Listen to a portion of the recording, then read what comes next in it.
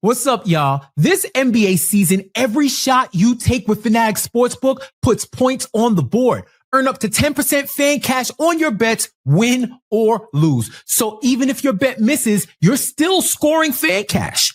Unlock the world of Fanatics with FanCash for exclusive rewards like authentic apparel, game tickets, and meeting legends at Fanatics events. Make the switch and turn every bet into a bucket with Fanatics Sportsbook. Winning hits different here.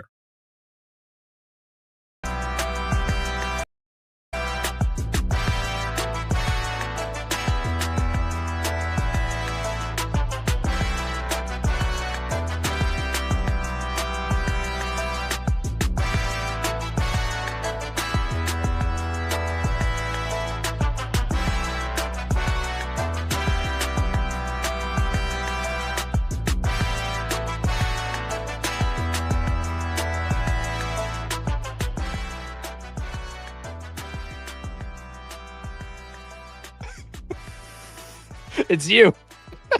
It's me. It's you. Yeah. You're hosting, man. Come on. I'm your guest. Oh, it's me. Yeah. Oh, hold on. I'm already hitting the thing.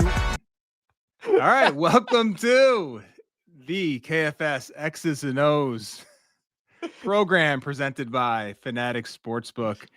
DJ Zullo with you, with a very special guest, as one Benji Ritholtz decided to take the night off because he just couldn't stand all the Landry Shamet talk that we're going to get into tonight. So stepping in his stead is the one, the only, Mr. Jonathan Macri. How are we, sir? I was thinking about it as the intro thing was playing. I'm like, I've never been on a pod with DJ where I haven't hosted and he's the host, but I'm like, no, this is X's and O's. I'm not going to start it and be like, hey there, next, whatever, because that would be disingenuous to the program. So I got to do it the right way. No, you threw me a grenade. With two on the shot clock. That would make me which Nick? Deuce, right? That would be Deuce. Yeah, after a couple crossovers that went nowhere, and Josh, you take it the rest of the way, type thing. Josh was thrilled. How you doing? With that. Josh was as thrilled with that as you were. I know. Josh is like, listen, I have trouble with the wide open ones. That I have enough anxiety and agita with those. Can you not throw me the grenades with two on the shot clock? I could do without those. I have enough problems going on right now. But the Knicks don't have a lot of problems right now. They had I don't know. You talked all about it last night, recording this. We're live right after a Knicks win against the Mavericks, a game where they could not make a shot from literally anywhere on the court, but were able to pull out a victory. They're 9-5, get their first road win of the year. I think there's obviously a lot of question marks. There's a lot of, I think, angst within the fan base, and I think we're all sort of waiting for this team to maybe hit a stride or a ceiling that they haven't really hit yet in terms of like a sustained run, yet they're racking up some wins here.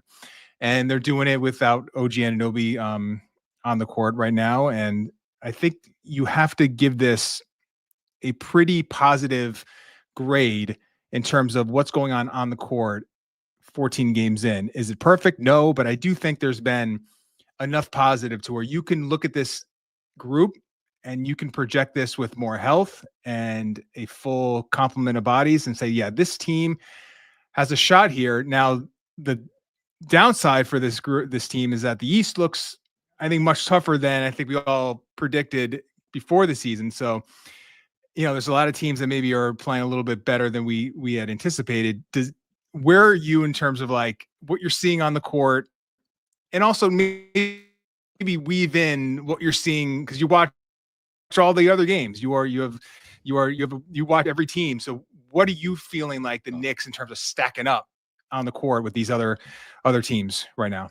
I think the way you phrased it, or the way you couched the season, is perfect, because it really is two things for me. There's the conversation over here about the Knicks are supposed to be contenders, so thus we must stack them up against other perceived contenders. And then there's that conversation. And then there's the other conversation of kind of the intersection of the eye test with the results, with the numbers and everything. And I think that has just created a lot of early season fuzziness, for lack of a better word.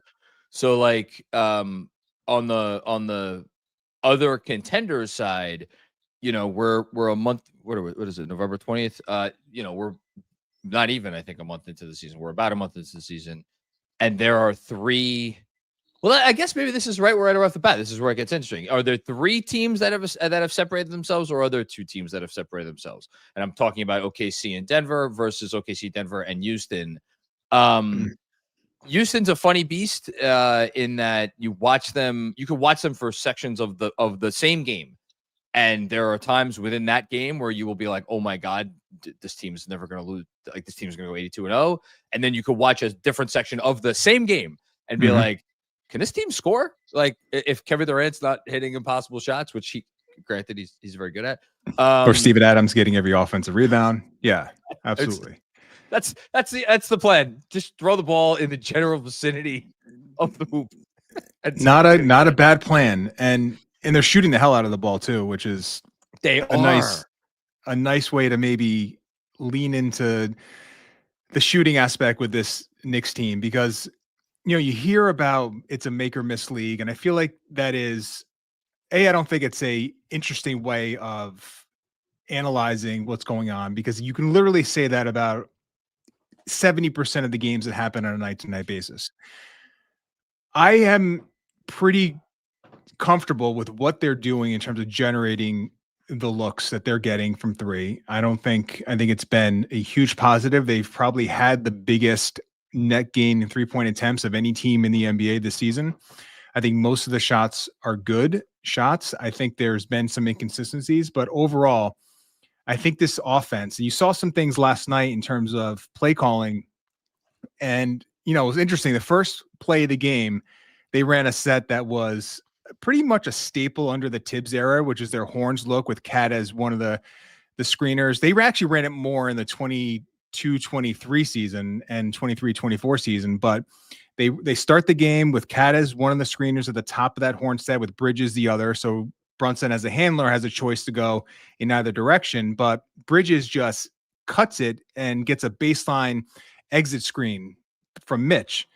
They end up flowing into a Cat post up, and then Shamet enters the ball. Then you get the Shamet cut, and you're kind of moving that way. So to already see like, all right, this playbook is still developing. And there's another kind of a Denver Nuggets-esque set where Cat is at the high post. You have Brunson screening back screen for, I think it was Shamet, and then coming off on a backdoor that Cat found him on a nice action to get Brunson downhill. And Cat has been really good finding those cutters when they do cut at the rim for passes. So I do like the fact this playbook does seem to be continually expanding. And, they're fourth in offense. Last time I looked, or roughly top in the third, top five, third in offense, fifth in net rating. Yeah. Yeah. So, I mean, they're still figuring this out to be at that level right now with, I think, some room to grow. Has to be a very positive sign on that side of the floor. And I think if you're a fan of this team, you look at what Mike Brown's done. I don't think you can really ask for more 14 games in to what he's brought to this offense and what he can eventually keep adding to, because I do think there's more room for this offense to grow. How are you feeling about where the offense is? Are you like is it an A-, a B+? Based on what me personally, who has completely and totally unnecessary, irrational anxiety heading into a season where I was worried. I'm not going to beat around the bush. I was worried about buy-in. I was worried about buy-in from the key figures, and more than that, or as much as that, I was worried about whether Mike Brown attempting to extract more from the skill palette of these guys than Tom Thibodeau ever attempted to extract. Whether that was how slippery was that slope, and how might we go down it, and what would that look like? And so from that perspective, again, my preseason worries and concerns, I'm feeling fantastic about this. And and yes, I understand, and and look, it's not all old heads. There's some young people I think who feel the same way, but a lot of the people who comment on my newsletter, I just, because I know from reading other comments that they've made, they were around for the championship years, and so they may have a certain thought about their game, and it's like, look, they're jacking up a ton of threes. And then you look at a team like Denver and you look at a team like Houston. Houston's taking the fewest threes in the league. Denver's taking the fourth fewest threes in the league. Houston is also an unholy beast of a team on defense, and Denver has the best, I don't know, 7 or 8 best players of all time, who is a walking cheat code. So I don't know. Yeah. Go ahead. Finish your thought. Yeah, no. So I just don't know that it's fair to compare the Knicks to those teams. And I think if the Knicks are going to win with this core, this plan that they have in place, which is to generate the maximum number of catch and shoot threes possible, is a smart plan. And I just looked up the numbers now. They are taking the second most catch and shoot threes in the league. The only team that is taking more catch and shoot threes than them is the freaking Warriors, who is has long been the gold standard in the NBA. And just as importantly, they're hitting those catch and shoot threes at a top 10-ish rate. They are 10th right now in the 3-point percentage on catch and shoots. Where I think the old heads have a bit of a point is they are also taking a lot of pull-up threes.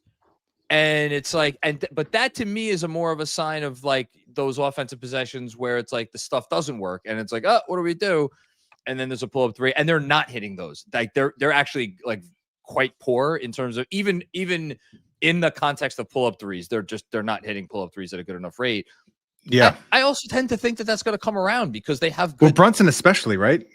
I'll look up his numbers right now, but yeah, he has not hit the pull-up at all. He feels like a guy that's, since he came here, has been a pretty consistent, and you have to, the degree of difficulty on those shots are extremely high. So if you're in the mid 30s on pull-ups, you're doing really well. And I feel like he's been around that area throughout his tenure with the Knicks. So I feel confident that he's going to improve in that area. Now, beyond him, Deuce will pull up. His pull-up threes, and you saw this at times in the Dallas game, are almost a last resort because he'll get the ball and there's that first action doesn't really bear any fruit. And then it's that reset that Deuce is susceptible at having to resort to. And then you get those pull-up threes that are more of a last moment type shot where you're 5 seconds on the shot clock and you have to get it up. He's certainly capable of making some of those, but it's not going to be a high percentage shot, even for, degree of difficulty of the pull-ups. Do you want the pull-up numbers real quick? Yeah, let's do it. So Jalen Brunson is attempting 4.4 pull-up threes a game, 28.3%. Now, to put that, like, he has been a good pull-up shooter over the last few years. So that number's going to come up. That number's going to come up. Now, he might be taking more than his normal, which, maybe you're throwing in a couple or 1 or 2 extras that have a higher degree of difficulty. But I would agree that that number is coming up a lot for sure. And I almost have you got. I don't want to detour the convo. Have you gotten the sense that he is trying to get himself going in some of these games? Yeah, well, I thought definitely in the Dallas game, and there was a what game was the Orlando game for sure, which almost felt like there was he kind of saw that it was going to be tough sledding in the first couple of possessions, and he was going to need to do the Jalen Brunson show for them to score enough. So yeah, there's certainly been games like that, but it's been mostly in like that intermediate mid-range area, which hasn't really been as large a source of offense for him this year. Because he's traded a lot of those short and long twos for pull-up threes, which I think is a good trade. It is. And so 4.4 attempts this year, 28.3% on those. Last year, 4.1, 37.1% make rate. So you could see the difference there. Deuce is once again, just like he was last year, the second most prominent pull-up three-point shooter. He's at 33.3%. But for him, I don't know that we should necessarily expect something better. And then after that, there's a drop-off. Landry's taking 1 a game. He's 44% on pull-ups this year. Our guy. Sorry, he's our Benji. guy. He's our guy. Jordan Clarkson won a game, 28.6%. Thanks for participating. And Karl-Anthony Towns won a game, 33%. He's another one that's going to come around, you know? You know, I think all those numbers are going to come up, and then you're going to see them be, you know, by the end of the year where they're supposed to be. I think so. Now the big question is, and we'll get some answers to this question coming up, because the Knicks have Orlando in a couple of nights on Saturday. How is this offense Saturday? Yeah. How is this going to work? This is offense that's free flowing and has all these different sets, and you're going side to side. You know, can you generate these looks against the Magic, against the Pistons? You know, I think that is where you obviously have teams in the West that are going to give you problems, but just those two teams specifically in the East, I do think present some problems for the Knicks. And it's been the sort of thing I keep going back to. And that Piston series, I can't get it out of my head in terms of like how difficult it was for the Knicks to generate offense. Now, you could argue that this offense this year should be more resilient and have better options in a potential Pistons matchup, even in the regular season. But the Orlando game that we saw didn't engender any confidence. So I do think that is a worthy question mark to have, is that you can certainly generate these threes against 75-80% of the league, but how are you doing it against the physical, strong, long, maybe a little younger teams that can really get into your airspace? What are the counters there if Cat as a post player really isn't what you want? Is it going to be a Jalen Brunson? You're going to have to carry us in this game. That's I think the big question mark about what this offense is going to look like long term. And I do think it's a worthy question, because it's you're going to run into one of those teams likely in the playoffs. So maybe get these sample sizes in the regular season, maybe two. Yeah. I think it's important to see how it looks against those teams. And I don't know how I don't know if it's going to be great. And I think, listen, you have Jalen Brunson, so you have a great fallback option, a floor raiser that's as good as it gets. But to reach their ceiling as an offense, you're still going to have to generate these catch and shoot threes. And I just don't know if they have the horses to do it against these really elite defensive teams. And it's a big question right now. So I guess my question to you in response to that question would be, is that the biggest question? Because I think for me, there's two options. It's, can their defense get to a level, and obviously this is relevant, I think, coming off of the Dallas game, can their defense get to a level of consistency where if you are in a game and you feel like hey, they need to go 6 minutes and give up, 6 points or something like that. Like can they do? Is that a real capability of theirs, assuming full health? And that's the other part of it, which is like there's nothing to talk about, because it's just it is or it isn't. Like they're either going to be healthy or they're not going to be. Assuming full health and assuming Mitchell Robinson at some point this year begins to look like Mitchell Robinson on the defensive end, and I have a feeling you may want to talk about him a little bit. So that's option one, and then option two is like, and I guess to hone in even more, like what in your mind, what is the thing that needs to happen against those more physical teams for the offense as we want to see it to work? Is it just quicker decisions and like don't pick up the ball, like don't record scratch, as like Benji and you like to say? What is it? It's a tough one, because I think the biggest thing that there's like two competing issues that really compound to make it a problem for the Knicks is that, one, outside of Jalen Brunson, they really don't have someone that you can trust to just on its own break down a defense. So not the first paint. Domino over, basically. Right, exactly. They don't really have that second guy. The second thing is when they run all these, and they have done more of it this year, all those off-ball screens and side to side, those like Landry Shamet cuts that Benji talked about in the grade book of the Danny Green cut, where you're going baseline cut to the opposite corner. All those things, it's like a free action against most teams, but against the really physical, tough teams, you're just being grabbed and held and bumped, and everything is just harder. And, the Knicks have size in certain areas. They also, when you're talking about McBride and Shamet, and I think Bridges falls in this category as well. And even Anunoby, in the terms of you can get into his dribble and really disrupt what he wants to do. I don't know physically if they have guys that can sort of rise above that consistently, either with the ball or off the ball. And I think when you have that, it becomes, all right, we know we can get to a certain level with Jalen Brunson getting into the mid-range, and most teams are going to seed that area. And if he's going well, you've seen this in playoff games and playoff series, he can carry you. I think that is, always going to be there. And the second part is like, what does Cat become in these arrangements? That a team that are gonna likely put a wing on him and force him to make plays, getting downhill with the ball in his hands, with gap help galore and rim protection, especially if Mitch is in the game. So there's so many questions I think that have to be answered. I think the easy answer is like, all right, you just need to be quicker in your actions and your decision making, and you have to try to go up against as much as you can a defense that is not set.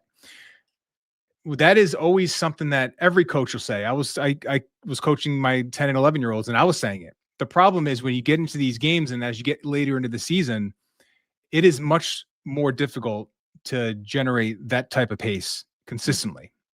And you're going to have to work within a half-court setting against a set defense more times than not. And, it might just have to be Jalen Brunson be amazing, and then you get enough creation from Anunoby, from Bridges at times, and you get what you can at a Cat as a post threat, and you can figure it out in that way. I just don't know if it's going to look pretty. And maybe it's that's just part of it. And to your other, go ahead, finish that, and I'll get into the defense. Yeah, no, looking pretty. Like, look, there's a beauty to Jalen Brunson being Jalen Brunson and doing Jalen Brunson things. And we are, me and you, I think are as effusive as anyone in our praise for just the artistry and the mastery with which he excels at his, you think about Houston, right? And I was listening to Zach in his pod today talking about, if whatever you do on your shot clock over the first 18 seconds doesn't work, you have KD to bail you out with a shot. Great. Kevin Durant's 7 feet tall. Jalen Brunson is politely a foot shorter. And to have that same option in that package is absurd, and it should not be possible, especially when you get a guy who's not like he does not have Kyrie's handle, or he does not have whatever. I was trying to think. The Ja Morant explosiveness, yeah, or at least Ja's what it used to be. What it used to be, exactly. Yeah, and so I just want to. I felt like I wanted to say that out front because I don't want to get to this place as a fan base where it's like if we get some Jalen Brunson ISO ball like we did in the third quarter last night, no one should be like, "Oh, this is a step backwards." Like, no, like you have this guy on your team, use him. Like that's part of the package. I think the again, to go back to questions, what does it look like to blend that? And that's the part that I'm still trying to figure out, because like it's not. It's like a my turn, your turn, but except it's not LeBron and Wade, my turn, your turn. It's Jalen versus like the offense. And again, how do those two things mesh? I have to think a season's worth of playing offense, quote unquote, the right way is going to pay dividends, even as you get into playoff series against those tougher teams, Yeah, that makes sense. And, two things that I thought, at least in the Dallas game, became more of a priority for the team is like I thought more interaction between Cat and Brunson that we've seen in, before Brunson got hurt. And they did it in ways where Brunson was screening and Cat he wasn't directly involved with Cat, but he was an off-ball screener that Cat would find on that back cut I mentioned earlier. But also instead of using them in traditional ball screens, it was, pitch to Cat and then a quick pitch back to Brunson, that get action, which you can flow in a, I think, quicker way into your ball screen versus Brunson stationary at the top of the key. Cat comes up to set the screen. As a drop defender or whoever the big defender is, what direction that screen's going. Although Brunson will, often reject and go the opposite way, but you have a pretty good idea of what's coming. When it's throw it to Cat and then immediately get that pitch back to him, you are going to have more scenarios where that big or whoever is guarding Cat in containment is going to be in a scenario where he's not on the right side of the screen, and you can maybe get some creases into the lane that way. So there was a lot of that in the Dallas game. I would just urge Mike Brown to lean more into that with Cat with the ball, and then you get into that get action, you get it to Brunson, then get it right back to him, versus Brunson stationary at the top of the key, Cat setting the screen. Because if they're going to switch it or they're going to play it aggressively with the wing, I don't know if that is a better look. And against these more physical teams, I do think having that creativity will pay some dividends against them. So I do think that is part of it. And I think just you do have these two guys, and you have to continue to figure out how are you maximizing the pairing. And look, it's never going to be the perfect pairing that we saw to begin last year, because there's just going to be enough times where Cat is not going to have the traditional big on him. But I think Mike Brown has been a little more willing to still go to Cat screening for Brunson, despite the maybe predictive nature of a switch happening, and then just put it onto Jalen. Like, listen, you're gonna have to beat some of these switches, and if you're Cat, let's walk this guy down into the block, and let's figure out a way to get you a good post touch, and then have actions built around that. In the Miami game, I thought, when Cat was catching the ball in the post in the most recent Miami game, the Knicks did a better job of whoever entered that ball was cutting away, and either cutting like we saw Shamit in the Dallas game and getting a layup out of it, or just cutting away so that initial defender that's one pass away can't make an easy double. And it just takes away some of the crampness and like the proximity of another defender from Cat, and he can go to work a little bit. So overall, I think that's the message here, is like there's still signs that, despite my skepticism that this offense can work against these really physical defenses, I do think there's been enough that we've seen that if it continues to grow, the Knicks will have worthy counters to go against these teams. And to your point, it may not have to be amazing because his defense is going to be good enough to where you could still string together a bunch of stops. But yeah, there's still a lot of reason to feel good about where they are right now, even against these physical teams. You know what the solution isn't? The solution isn't to just abandon putting your two best players in actions together, which is what happened last year. And it's so crazy how that conversation got so bastardized because of like that. So they stopped going to that, and immediately it was like, well, why are they not going to it? Well, because there's a wing on Cat, and that means we have to get Josh Hart off the court. And it became that whole conversation. Ironically enough, I'm trying to bring this back around. It's still Thibodeau's fault. It's just not the fault that people were making it out to be. It's not that he should have gotten Josh Hart off the court. He should have thought more about like, hey, how could I be more creative in making it so that these two guys could get in actions together and it will throw off a defense? Okay, so the traditional one guy sets a screen for another guy, and that didn't work. All right, what else could we do? Like you have, as you just kind of talked about, and you're great with this stuff. There's other ways. There's more than one way to skin a cat. And I think and we've seen some of this stuff already. Let's see more of it. Yeah, and another example is like they ran this a couple times in the third quarter in the Dallas game, where Cat sets that initial ball screen and he's popping out, and that initial three look is not there, but he catches it, and then it's just immediate dribble with his left hand into that opposite corner. I think it was McBride on the first one. He come up for a DHO, but Cat just plays it well, knows that Lively, who was guarding him, is going to anticipate the DHO. So he just hang dribbles to sort of freeze Lively for a moment. And then with his left hand gets immediately downhill for a layup. They ran the exact same play one possession later. And then again, they run a step up screen. Cat pops out. The shot's not there. Okay, so Lively's now knows I'm dribbling my left hand to get to that opposite corner, but this time Lively's opened up too much. I'm just going to pound dribble with my right hand, beat the top leg of Lively, get downhill. Now he missed the layup on that second one, but the process to get Cat some downhill drives, even if that initial pop for three is not there, you still have his ability to put the ball on the floor, get to these DHOs, have the ball handling ability and the dexterity to now use that threat of the dribble handoff against the defense, get downhill, because that's where Cat is so dangerous. When he is top of the key, and you saw this against the Pacers in the playoffs, it can go one way or the other in terms of like where he's ISO'd and he has to just get it downhill and he's going to try to get to his right hand and there's going to be bodies all over. He's going to hit the ground and it's going to be balls going in, balls going out, and then you got numbers going in the other way.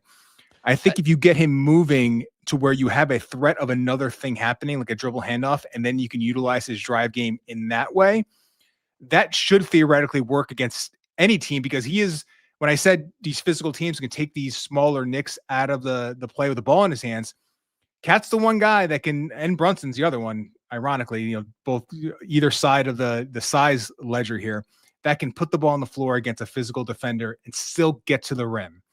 Yeah. And there was times in the Dallas game where they leaned on Cat's drive game, and it was pretty good. And I think that's something you have to continue to rely on, but in a way that presents all these variables that Cat, to his credit, is starting to figure out how to weaponize the threat of his shot, the pass, and his drive. And when you marry those three things together, that's when he becomes really tough to handle getting downhill. And if the shot, and when the shot comes around, then you get a all NBA caliber offensive player, and you should be rolling after that. You can't tell me that this can't work with these two guys to the level that it needs to.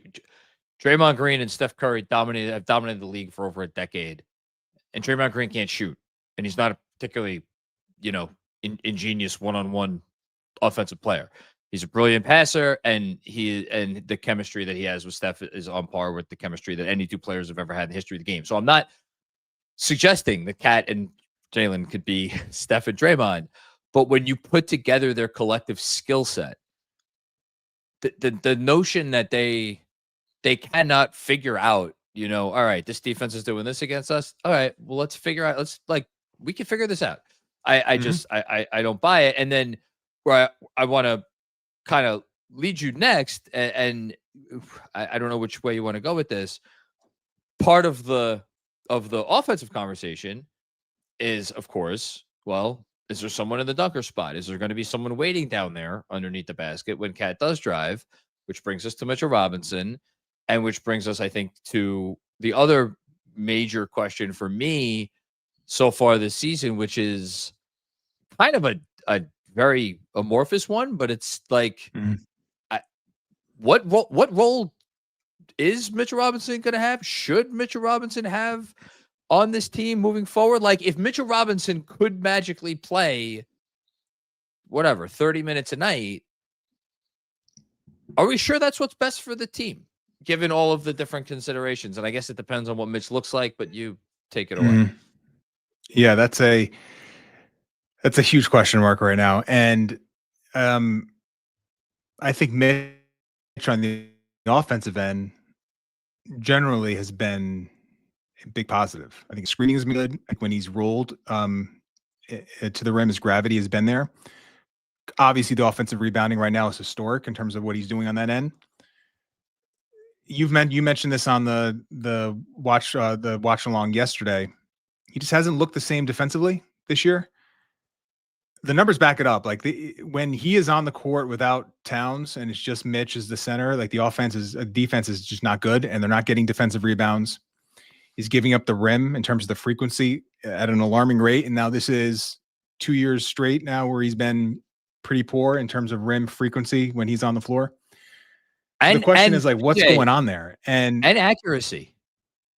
Teams are shooting much better at the rim when Mitchell Robinson is in the game. I saw that today, and I thought I was seeing things. I knew he hasn't been great, but I was like, man, I just didn't expect to see that. Yeah. The deflections aren't there. The steals are down. Blocks, I think, are up a little bit, but it just doesn't. Here's what I think is going on. We had continue to have the minutes restriction and the load management process. And I think you said this early in the season that this really isn't about the ankle. It's about the conditioning, right? That was like kind of where your head was in terms of like why they were holding him back. I see him play and he gives elite effort on the offensive end to do what he's doing to get these offensive rebounds. And he's got sometimes 2-3 guys hanging all over him. There's no one on the team that is putting more effort into what he's asked to do than Mitchell Robinson on a per minute basis. When you see him change ends and have to go on the defensive end, there just looks to me like there is after the first minute of him being in the game, that looks like a winded player that doesn't have the conditioning right now to perform on the offensive end with that offensive rebounding, and then translate that to the defensive end, where it just feels like he is just a step slow mentally in terms of seeing things, where I thought even last year in limited time, like it looked like things were slowing down for him, and especially in like pick and roll coverage. Yep.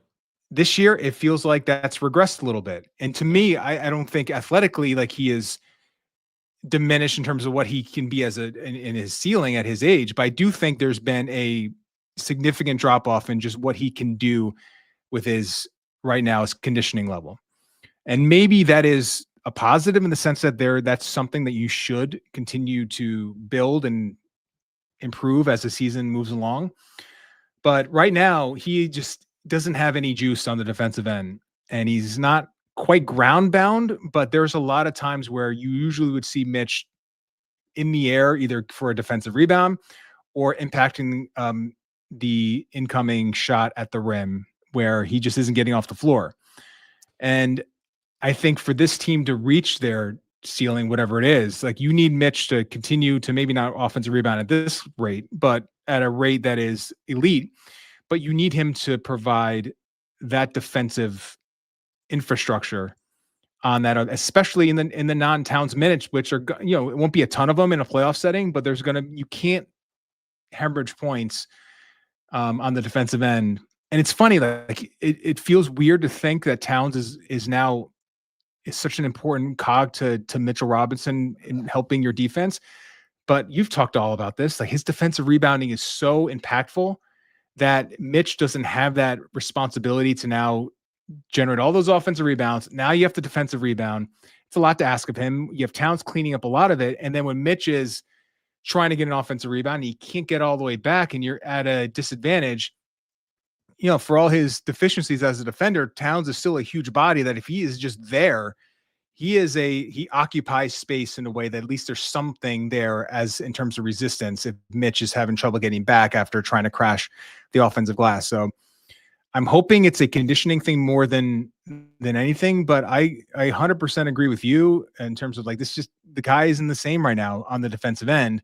And at 14 games in, I think it's fair to assume that's going to improve as he gets his body right, but he's just an important, not only as an important offensive rebounder, but he's an important defensive player as well for this team to reach their defensive ceiling. So hopefully he can figure this out, but he just hasn't looked the same. And it's funny that it's been such a revelation offense in terms of his offensive rebounding rate, but we haven't seen it on the defensive end. But I think he's expending so much energy on the offensive side that he just doesn't have enough right now to translate on the defensive end. I think he's absolutely the X factor for the team this season. I feel pretty comfortable saying that through 14 games. I do still feel, where I've still felt like it's the old Mitch or like the fully conditioned Mitch or whatever, when he has to corral two on the pick and roll, like that brief moment, like he's still long, he could still move his feet, like he that muscle memory is still there. It's just some of the other stuff that requires, the extra athleticism or whatever you want to, conditioning, whatever you want to say. That's a little tough. My my daughter comes in to hug the dog. We have a super chat here related to the defense. Can I put it up? Yes, do it.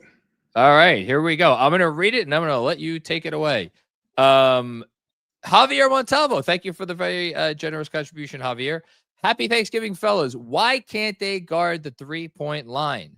I'm so worried about defense. Is there any hope?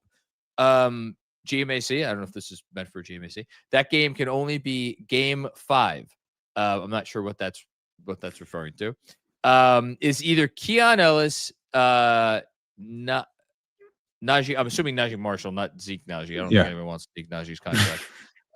Or Sadiq Bey options. Well, why don't you talk about the defense, and I could spit maybe some of the contract stuff with the other guys. Yeah, the defense is interesting in that they're giving up a ton of rim and they're giving up a ton of threes, and that is usually a bad recipe. And I saw someone post this and I shared it. Knicks are number 1 in the NBA, and take this with a grain of salt because it's shot quality. So it's, theoretically what you should shoot depending on where you're actually taking the shot and who's taking it. But they're number 1 in the league in terms of shot quality on the offensive end, and 30th on the defensive end in terms of shot quality against. So that is a pretty big juxtaposition there. And, look at Mike Brown is trying to be, and that was the first thing I talked about with Benji, the first show, was that clearly the big change we saw in the preseason was that they're going to be heavier in gaps, and they're going to try to take away these driving lanes, and they're going to have guys that are going to be long and rangy. It's Bridges, it's Anunoby, that's even Robinson and Towns. And we're going to try to make these sight lines, these drive lanes, look as cramped and as non-existent as possible.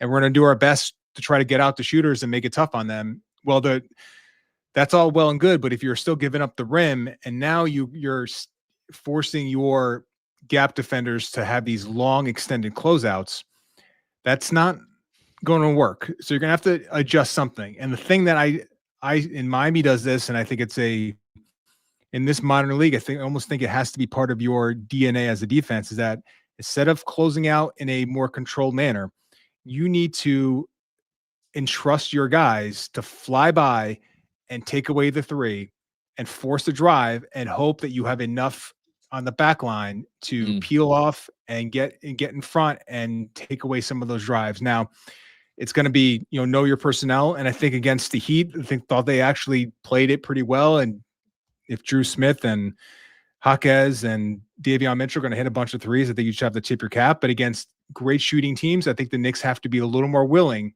to be a little more reckless with their closeouts and take away the 3. And look, you're going to give up some side steps, which is the modern way of countering that. If you still want to take the 3, you just sidestep to either your right or left. You still have a pretty good look. You saw Simone Fontecchio do that against the Knicks in the third Miami game. But Clay, I do think last night had it was late. Clay ran him. Clay was run off the line, and he sidestepped and he missed. Yeah, that's the danger there. But most guys are going to, unless you're a strictly like a Duncan Robinson, Clay type, or Fontecchio, most guys are going to drive that, and it's going to put you in rotation. But I just think that what they're doing now is basically giving up too many borderline open 3s. They're not wide open, but they're open because the sight line to the rim is there.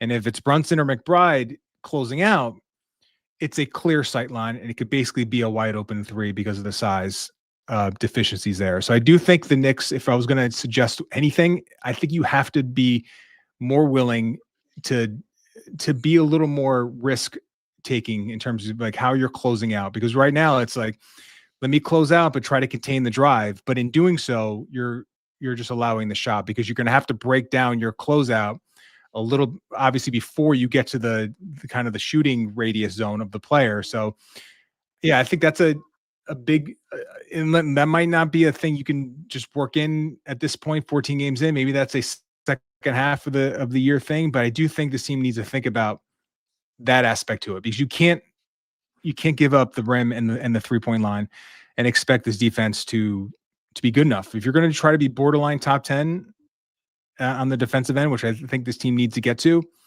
they're going to have to improve drastically in one of those areas. And, I think the easier thing to do is maybe be a little more aggressive with how you're taking away the 3-point line.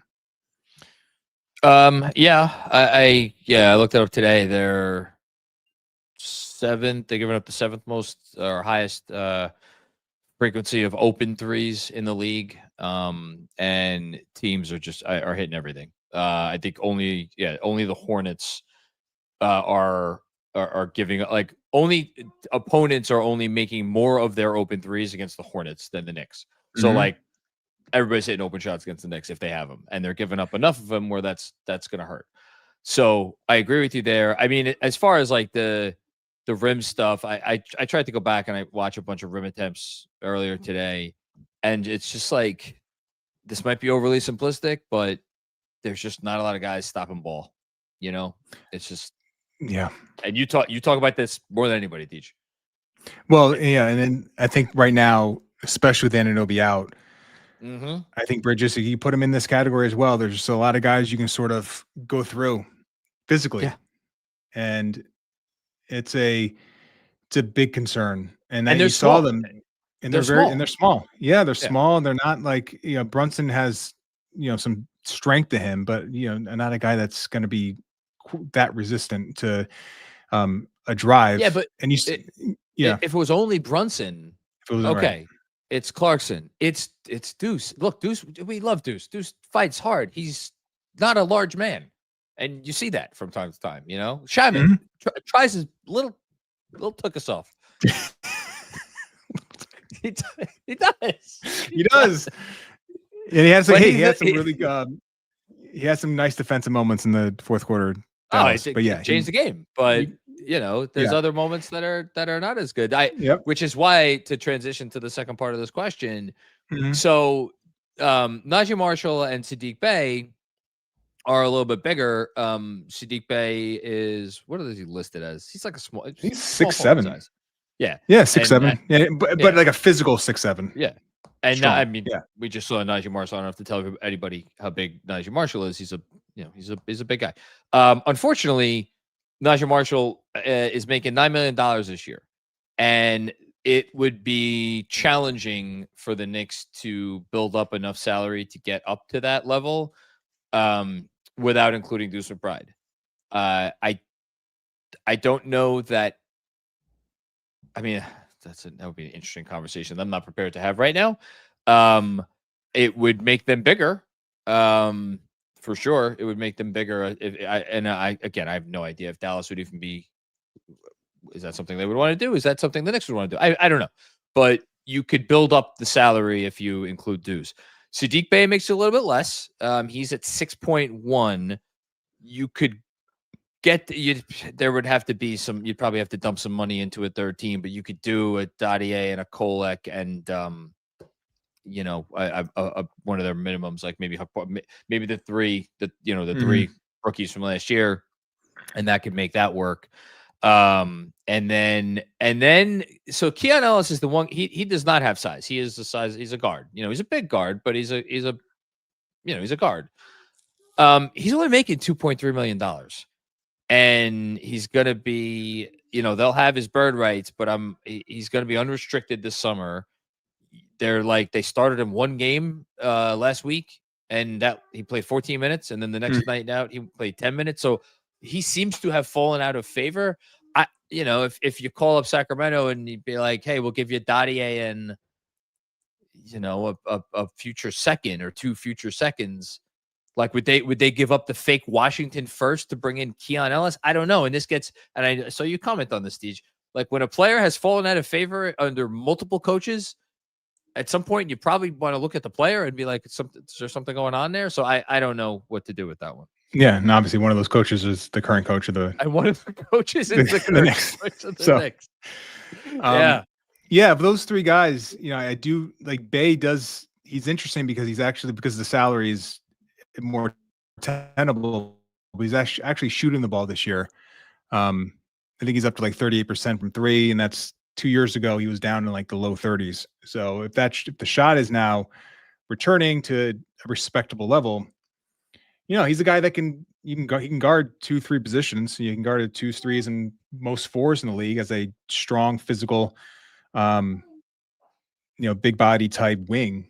I think those guys are always valuable. I think he would actually have a pretty large. Not, I mean, it won't be a bidding war, but I think he'll have a lot of suitors. If he's shooting the ball at this rate in January, and you can feel like you can play him 15 minutes in a playoff game, like I think there'd be a lot of teams interested in him, and I think the Knicks should be one of them. I think he would help them a lot. It's an archetype that they just don't have enough of right now, and he would help them for sure. Of those three guys, like he's the one that I'm looking at. I know there's injury concerns, but you're not going to invest too much into him, and he's still young enough to where I think he's got a lot of juice left. And I don't know, I've always been interested in him. It's just the shot has never been like consistent, but if he's shooting it, I don't know. I'd take a flyer on him. I'm trying to. He didn't overlap with any of. He definitely wouldn't have overlapped. Yeah, it wouldn't have been with Hart. If anything, it would have been with Brunson, right? Yeah. I don't think so. I think he was earlier than those guys. Hold on. When was he drafted? Yeah, if I recall, I'm looking it up right now. I already got his basketball reference page up.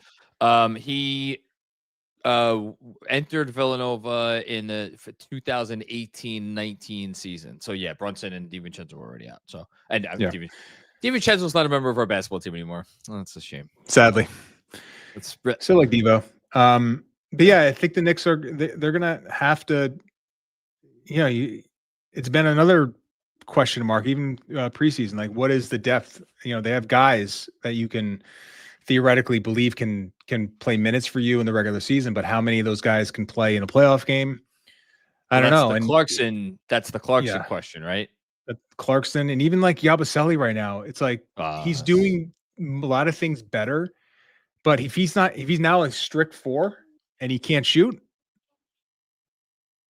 I know he's not a lot of attempts because he hasn't played a lot, but he has to be a real shooter for this to work, because he can screen like all hell, and he can offensive rebound. And he certainly does things that can help you, and he's actually been moving his feet better. But if that catch and shoot 3 is not there, I mean, at the 4 in this league, it's just not. That's not a rotation player. So it's got to come back. I've said this a few times, and I'm going to maintain it. I think they need to get him going. Like they spent their mid-level.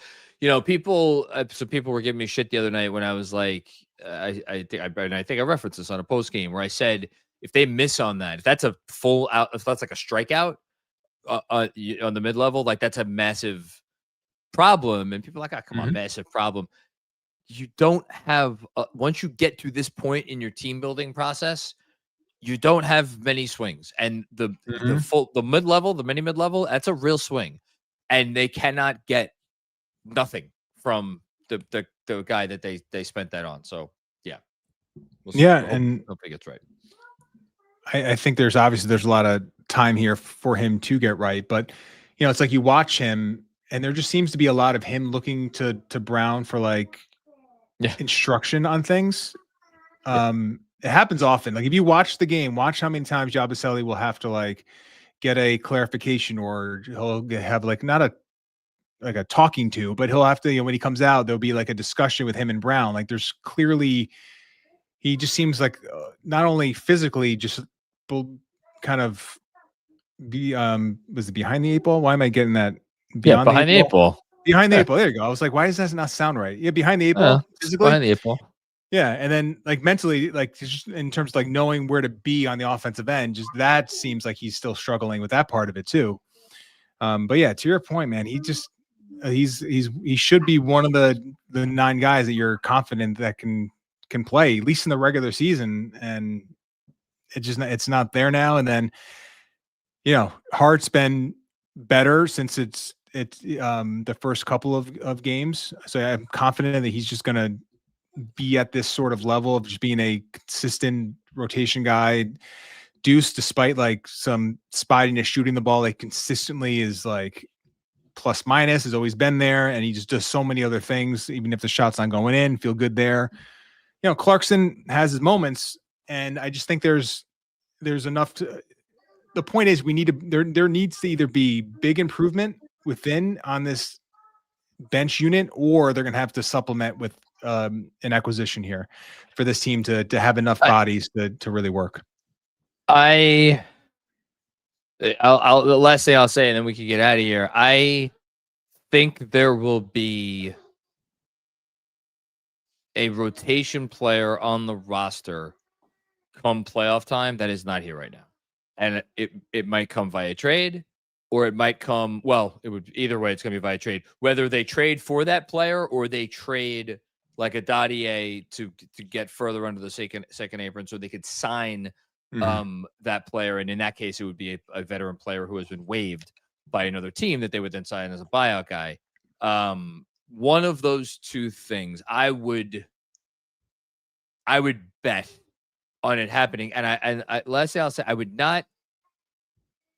I could see them being at the front of the line for a good buyout guy, only because if you're a buyout guy and you're someone who's looking to come someplace and win, first of all, you get to come to the Knicks, and second of all, there's this rotation is such that you could walk in here and maybe actually play real minutes, you know. And again, it's too early to even speculate as to who that sort of player might be, but it's already something I have kind of in the back of my mind as something to keep an eye out for when the time comes. Yeah, I'm with you, and I think they need it. There's gonna have to be a acquisition there to round this team out. But I think where they are right now, I do feel pretty good about the prospects going forward, and just kind of where they are right now. Like I feel like it hasn't been. It's never going to be perfect, and there's going to be teams in your conference now that have shown themselves to be like extremely formidable. And I think it's not going to be maybe the cakewalk that but I think a lot of prognosticators thought the East was going to be coming into the year. But yeah, the Knicks are going to be in good shape. And I think this Orlando game coming up on Saturday is going to be another good test to see like how they can generate the type of offense they've shown against most teams, against a real physical group. That'll be a fun one to keep an eye on. But John, thank you for hanging out. The pleasure is all mine, DJ. Thank you. Thank you. Thank you everyone for tuning in. Please make sure to like, subscribe, do all those things. We just hit 50,000 on the YouTube channel on subscribers. So we're just keep moving that forward. Thank you all for supporting us. Like, subscribe wherever you're watching this or listening to this. Give us those 5-star reviews anywhere you can. Keep an eye out for if you're on the Patreon, Knicks Film School, be sure to check out a Benji's latest on there. And I'll have a Mitchell Robinson kind of defensive, like what's going on there, video either tomorrow or Saturday morning. So be on the lookout for that. Follow us on the socials, rate, review. Thank you everyone for tuning in, and we'll talk to you all soon. Take care. Peace. Must be 21 or over. Gambling problem? Call 1-800-GAMBLER. Connecticut, call 888-789-7777. Massachusetts, call 800-327-5050. New York, call 877-8-HOPE-NY. Maryland, visit mdgamblinghelp.org. Not available in all states. Terms apply. See Fanatics Sportsbook app.